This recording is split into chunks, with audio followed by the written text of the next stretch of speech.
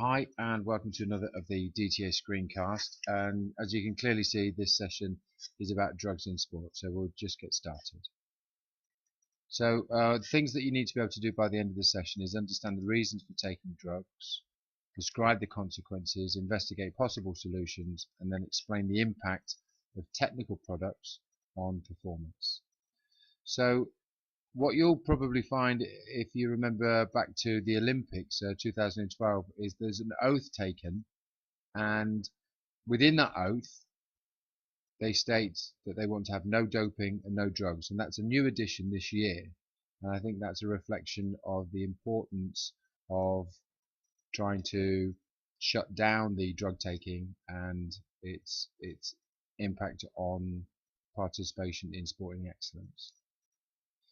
The other things that we're going to be looking at is examples of drug cheats, and there's a relatively famous one there. Hopefully you know who that is.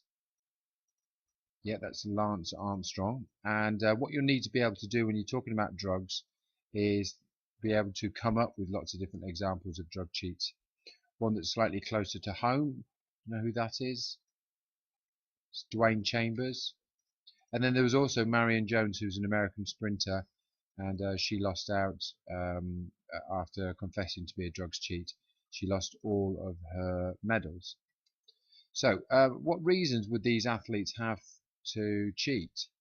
And it's broken down into three different sections: physiological, psychological and social reasons. So physiological is probably the most obvious one, I think, is to try and build muscle. So if you could think of a sport where that would be appropriate, probably you would come up with something like rugby or weightlifting, something where there's some kind of physical contact. So an increase in O2 transfer even. For that one, you're looking at any kind of aerobic exercises, so any kind of long distance ones. Easy example would be a marathon. Or if you're looking at losing weight, so that one is weight related activities. So again, you might think of something like boxing, because you have to get down to a certain weight before you can carry out certain competitions. So psychological, now these are to steady nerve, increase aggression or increase motivation. So again, just try and think of examples where having a steady nerve would be appropriate for a particular sport, increase aggression and increase your motivation.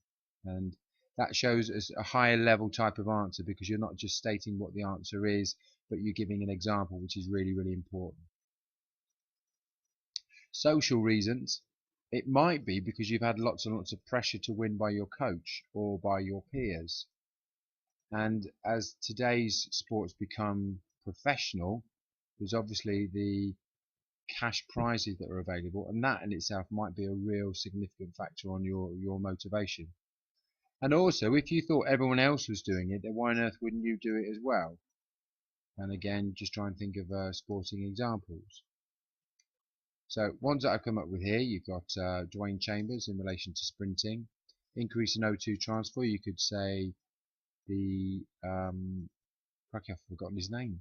The Texan cyclist, and potentially for the steadying of the nerve, you could say golf maybe, or snooker, increase in aggression. You could look at rugby. So just some examples there. Social reasons, there's the Lombardi ethic of win at all costs, so American football. Alright, and then the consequences of taking these drugs. So what actually happens to these people? There's the moral issue, in the sense that it's unfair. It undermines the spirit of the sport, and that's quite important in this country, because we still believe in the playing of the game as being as important as the winning, where in America it might not reflect as well. And also it reflects badly on other people as well. Health issues, potentially becoming addicted. I know that some people have become addicted to painkillers. Can cause diseases, issues around growth, and there is evidence of sexual problems with people taking hormone replacements and then having significant issues with that. And mood and aggression is usually related to steroid taking as well. There's also the fact that it's actually against the law. Now, you're allowed to take steroids and things like that if you were just training recreationally, but if, as soon as you go into any kind of competition, it then becomes a legal issue. Other ones that are quite obvious as well is the fact that most of these sports people are role models, so therefore it gives a bad example, especially to the kids, and portrays the sport in a bad light. So, solutions.